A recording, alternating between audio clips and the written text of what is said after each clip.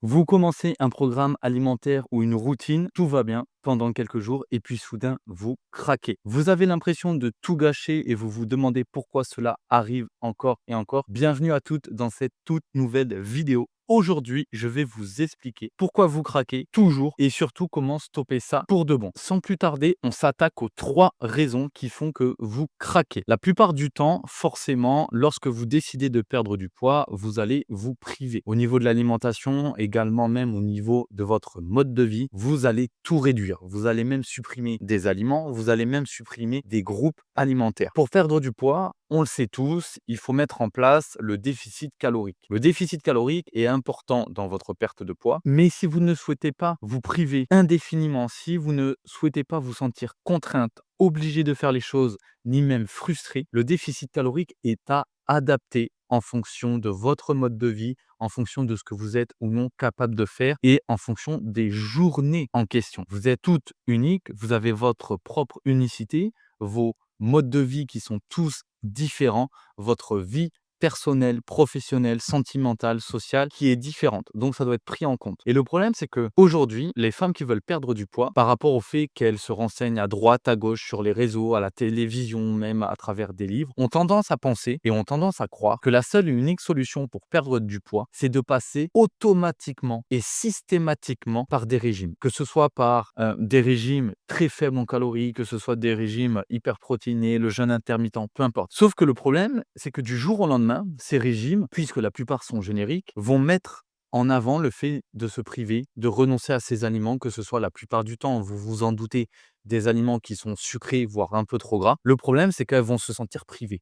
Les femmes qui passent par des régimes vont se sentir privées. Alors oui, peut-être sur le court terme, je ne dis pas que vous n'obtiendrez pas de résultats, mais aujourd'hui, encore une fois, on cherche des résultats durables qui tiennent jusqu'à la fin de votre vie. Et les régimes stricts ou les interdictions totales de certains aliments peuvent être la cause de pourquoi vous craquez. Parce que forcément, si de base, vous mangez un peu trop gras, trop sucré, trop salé, et que du jour au lendemain, je parle vraiment du jour au lendemain, vous décidez consciemment de tout stopper, au bout d'un moment, plus vous aurez ce sentiment d'interdiction, plus vous allez désirer ce qui vous était interdit. Je m'explique. Imaginons, vous avez tendance à prendre 2, 3, 4 carrés de chocolat par jour. Vous adorez le chocolat, peu importe. Même si vous ne consommez pas du chocolat à 99%, du chocolat basique, on va dire. Si dans votre régime que vous suivez, il y a marqué stopper immédiatement, drastiquement, du jour au lendemain et totalement la consommation de chocolat. Alors, vous allez le faire parce que vous allez penser que c'est la seule et unique solution pour perdre du poids. Ok, peut-être sur une semaine, vous tiendrez. Sur 2 semaines, 3 semaines. Ah, là, je rencontre une mauvaise journée. Je suis un peu en colère, je suis triste, je suis dans un état de stress. J'ai envie d'un aliment sucré. Ah oui, mais je peux pas manger ce chocolat. On m'a dit que c'était pas bon pour moi. On m'a dit que c'était interdit pour moi. Et plus vous allez avoir ce sentiment d'interdiction, plus vous allez désirer le produit. Et donc, au bout d'un moment,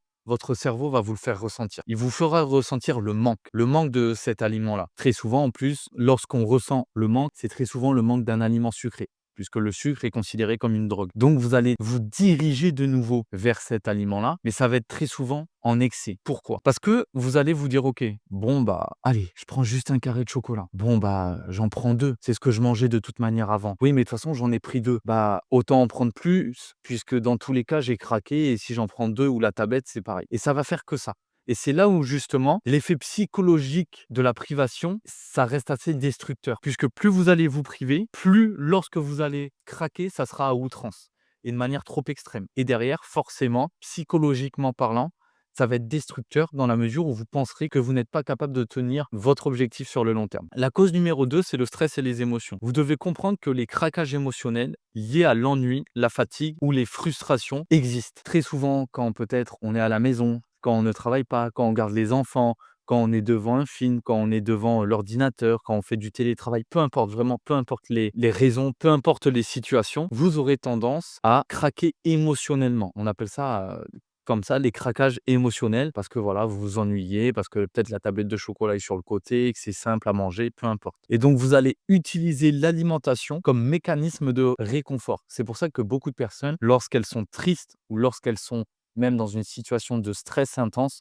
auront tendance à manger certains aliments peut-être plus gras, plus sucrés, plus salés. Alors que de base, intrinsèquement, elles ne voulaient pas, ou du moins plus les consommer. La cause numéro 3, c'est un manque de planification. Ne pas anticiper ses repas ou ses envies malheureusement, ça va vous contraindre à faire des choix impulsifs face à la faim. Et c'est pour ça, je pense, vous le savez, c'est pour ça qu'on dit que lorsque vous faites les courses avec le ventre plein. Ça vous évitera d'acheter peut-être des aliments qu'initialement vous n'aurez pas achetés. Et anticiper les repas, alors, si vous n'êtes pas en mesure, parce que vous avez une vie à 200 à l'heure et que peut-être vous avez énormément à chaque fois d'imprévus dans vos semaines, si vous ne pouvez pas anticiper vos repas de la semaine qui suit, essayez peut-être d'anticiper les repas des 2, 3 prochains jours. Si vous ne pouvez pas anticiper l'intégralité des repas des 2, 3 prochains jours, peut-être anticiper les repas justement des repas qui vous posent problème. Imaginons, vous savez que le midi, le soir, ça reste compliqué, vous savez pas trop quoi manger, vous avez peut-être pas le temps parce que vous avez des enfants à aller chercher à l'école, les devoirs, la douche à leur donner, peu importe, vraiment peu importe. Essayez d'anticiper ça et pour anticiper, planifiez vos repas à l'avance, essayez de faire du batch cooking, c'est-à-dire préparer ces repas à l'avance. Imaginons, vous savez que le lundi, mardi, mercredi, c'est compliqué au niveau des repas et vous allez être prise beaucoup par le temps, par les rendez-vous, et cetera.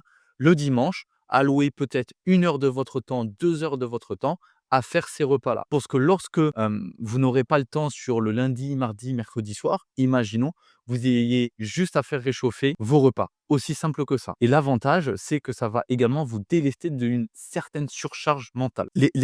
Toutes ces causes vraiment créent un cercle vicieux de culpabilité et d'échec. Ce qui ne fonctionne pas pour stopper les craquages. Pour être clair avec vous, ce qui ne fonctionne pas, c'est les approches inefficaces. Et très souvent, ces approches se caractérisent par plusieurs choses. C'est-à-dire, après des craquages, beaucoup de personnes vont décider soit d'être encore plus extrêmes, c'est-à-dire vont se dire, OK, dimanche soir, j'ai craqué. Du coup, pour la semaine d'après, je vais manger que des légumes et une source de protéines, par exemple poulet et salade, ça reste un exemple. Elles vont peut-être même réduire drastiquement leurs calories. Imaginons de base, elles étaient peut-être à 1200, 1300 parce que beaucoup de femmes atteignent ce total calorique pour perdre du poids pensant que c'est la bonne solution. Elles vont se dire: «Bon, bah, j'ai craqué, peut-être pourquoi pas descendre à 800, 900, 1000 calories». Donc elles vont réduire encore une fois leurs calories. Alors que de base, initialement parlant, bah, leur total calorique ne correspond même pas au total calorique de leur métabolisme de base. Ou alors, elles vont complètement sauter des repas. Beaucoup de personnes décident par exemple de se faire plaisir ou craquent inconsciemment le dimanche soir et elles vont se dire: «Bon bah OK, je remange pas avant le lendemain soir». Ensuite, il y a le fait de se culpabiliser et penser qu'il faut compenser, notamment en faisant du sport à outrance ou en excès. Beaucoup de personnes, par exemple, lorsqu'elles vont manger, ou lorsqu'elles vont craquer avec la tablette de chocolat, vont derrière peut-être décider de faire 5 heures de sport au risque de se blesser, surtout si la personne n'était pas du tout sportive de base. Par ailleurs, ce qui ne fonctionne pas également, c'est de croire qu'il faut éliminer tous les aliments plaisir. Il ne faut pas éliminer vos aliments plaisir, il faut trouver soit des alternatives, parce que de base, vos aliments plaisir ne sont pas nutritionnellement parlant intéressants ou au niveau de la santé ne sont pas top. Il faut soit trouver des alternatives, soit réduire leur fréquence de consommation, ou alors simplement de créer votre plan alimentaire en fonction de vos aliments plaisir. Par ailleurs, et surtout en revanche, si vos aliments plaisir représentent l'ensemble de votre alimentation sur une journée, je vous dirais non. Mais par contre, si ça représente 5-10% de la globalité de votre alimentation sur l'ensemble de votre journée, vous pouvez y aller. Il y a des efforts à faire et des optimisations à apporter dans votre alimentation. Ça, c'est indéniable. Mais encore une fois, vous ne devez pas éliminer tous les aliments plaisir, surtout si vous voulez éviter les craquages. Toutes ces approches que pratiquement plus de 90% des femmes qui veulent perdre du poids essaient, malheureusement, elles amplifient le stress, le sentiment de privation et ce qui conduit donc à d'autres craquages.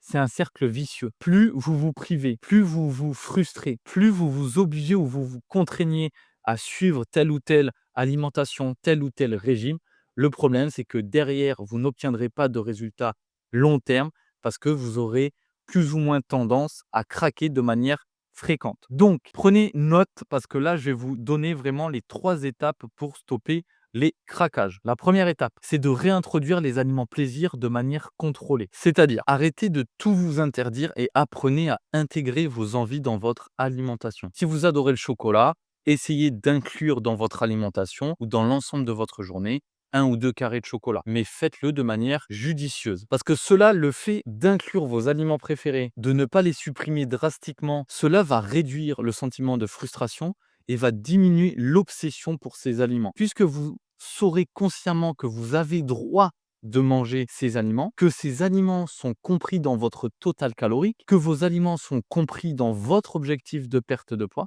Cela va donc réduire l'obsession que vous avez pour ces derniers. À terme, et j'en parle en connaissance de cause parce que certaines de mes clientes sont passées par là, il se pourrait même que vous n'ayez plus du tout envie de consommer ces aliments. Mais cela se fera de manière consciente, de manière progressive et surtout de manière naturelle. Donc comment le faire? Si vous aimez le chocolat, incluez 1 ou 2 carrés de chocolat chaque jour plutôt que d'en manger une tablette entière après plusieurs jours de privation. Ensuite, l'étape numéro 2, c'est d'identifier vos déclencheurs émotionnels. Notez les moments où vous craquez, que ce soit par exemple quand vous êtes dans une situation de stress au travail, quand vous avez tendance à vous ennuyer le soir, peu importe. Faites en sorte de noter les moments où vous avez tendance à craquer. Et le fait de comprendre ces déclencheurs, vos déclencheurs, vous permet de mieux anticiper et de réagir différemment. Vous saurez quoi faire, quoi mettre en place lorsque vous arriverez dans ces moments-là. Imaginons, vous savez que lorsque vous êtes stressé, vous avez tendance à manger du chocolat au lait. Ça reste un exemple, même si vous adorez également le chocolat noir. Vous allez comprendre mon raisonnement. Au lieu de vous dire, OK, bon, bah, quand ça va apparaître, de suite, je vais me diriger vers du chocolat blanc, non. Identifiez les déclencheurs. OK, quand je stresse, j'ai tendance à manger du chocolat blanc. Je sais que j'aime pas trop le chocolat blanc, je vais essayer de trouver une alternative.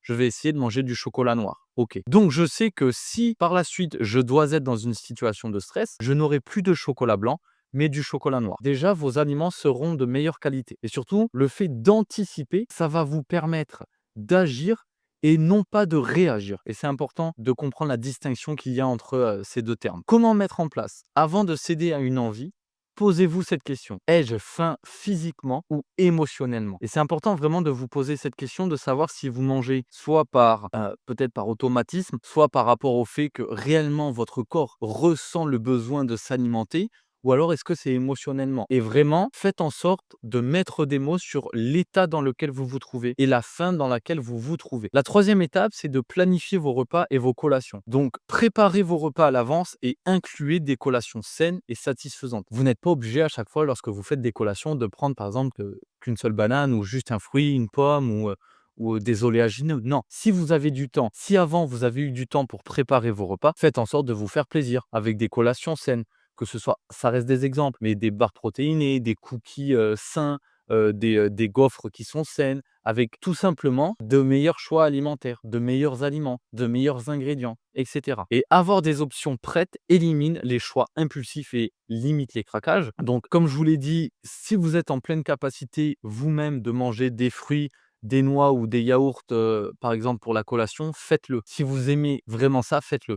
Par contre, si c'est des choses que vous n'aimez pas forcément et que vous n'en avez pas envie, bah, consommez autre chose comme je vous l'ai dit précédemment. Petite parenthèse, avant de continuer, pour toutes les femmes qui ont plus de 35 ans, qui veulent sortir de la stagnation, débloquer leur perte de poids et relancer leur métabolisme, je vous invite à réserver votre appel bilan entièrement offert. Le lien se trouvera dans la description et dans les commentaires épinglés de cette vidéo. L'objectif de cet appel qui est entièrement gratuit et qui est sans engagement, vraiment je vous invite à réserver, je mords pas. L'objectif, c'est tout simplement de faire un point sur votre situation, savoir quel est votre objectif, quelles sont vos problématiques du moment, quels sont vos blocages et voir si je suis en mesure de pouvoir vous aider. Si je suis en mesure de pouvoir vous aider, je vous indiquerai de quelle manière. En revanche, si je m'aperçois que je ne suis pas en mesure de pouvoir vous aider, pas d'inquiétude. Dans tous les cas, vous repartirez avec votre plan d'action personnalisé et individualisé. Parenthèse fermée. Pourquoi cette méthode fonctionne? Déjà, en arrêtant les interdictions strictes, vous allez réduire les frustrations. En identifiant vos déclencheurs, vous devenez proactive au lieu d'être réactive. En planifiant vos repas, vous gardez le contrôle sur vos choix. Et surtout que ces stratégies ne vous demandent pas de renoncer à vos aliments préférés ou de vivre dans la frustration. Vous pouvez entièrement maintenir votre mode de vie. Vous pouvez simplement apporter des ajustements et apporter des optimisations. Il n'est en aucun cas question de changer tout drastiquement. Quels sont les résultats que vous pouvez espérer? Donc, la première chose, c'est une relation beaucoup plus apaisée avec la nourriture parce qu'au final, vous allez manger sans culpabilité dans la mesure où vous saurez pertinemment que votre alimentation gravite autour de ce que vous aimez réellement, de la manière dont vous souhaitez vous alimenter réellement, des aliments que vous souhaitez garder, du mode de vie que vous souhaitez garder également. Il y aura moins de craquage émotionnel et plus de constance dans vos efforts, une perte de poids beaucoup plus durable sans privation ni frustration, mais vous devez impérativement comprendre que ces résultats sont obtenus grâce à des changements progressifs et non à des régimes extrêmes. Je le répète assez dans mes vidéos, tout ce que vous devez mettre en place, c'est ce que vous pouvez réellement mettre en place vous et vous seul, que vous êtes en pleine mesure de mettre en place et surtout de tenir sur le long terme. Ce n'est pas à une autre personne de vous imposer sa vision et de vous dire tu dois impérativement faire ça, ça, ça. Non, si vous ne vous en sentez pas capable, ne le faites pas. C'est aussi simple que ça. Pour résumer cette vidéo, les 3 principales causes des craquages, il y a les privations, le stress et le manque de planification. Ce qui ne fonctionne pas, c'est forcément les interdictions strictes et la culpabilité. Et vous devez faire en sorte, et c'est le plan d'action vraiment que je vous donne aujourd'hui. Le plan d'action réparti en 3 étapes, c'est réintroduire les aliments plaisir de la bonne manière. Encore une fois, votre alimentation doit prendre en compte ces aliments plaisir, mais ça doit rester entre guillemets des aliments plaisir. Votre alimentation ne doit pas être uniquement créée à base d'aliments plaisir. Ensuite, vous devez identifier et gérer vos déclencheurs émotionnels et c'est pourquoi je vous dis à chaque fois que l'aspect émotionnel, mental et psychologique est à prendre en compte dans un processus de perte de poids. Et enfin, vous devez planifier vos repas et collations. N'oubliez pas donc de réserver votre appel si vous êtes intéressé. Le lien est dans la description. Vous avez également le lien de mon groupe WhatsApp. Dans ce groupe WhatsApp, vous pourrez échanger avec d'autres femmes de la communauté et surtout, vous pourrez télécharger ma carte de schéma mental que je vous ai présentée aujourd'hui. Elle est entièrement gratuite. N'hésitez pas à commenter également la vidéo, à vous abonner si vous ne voulez pas manquer les autres vidéos. On se retrouve très bientôt. Prenez soin de vous. Ciao, ciao.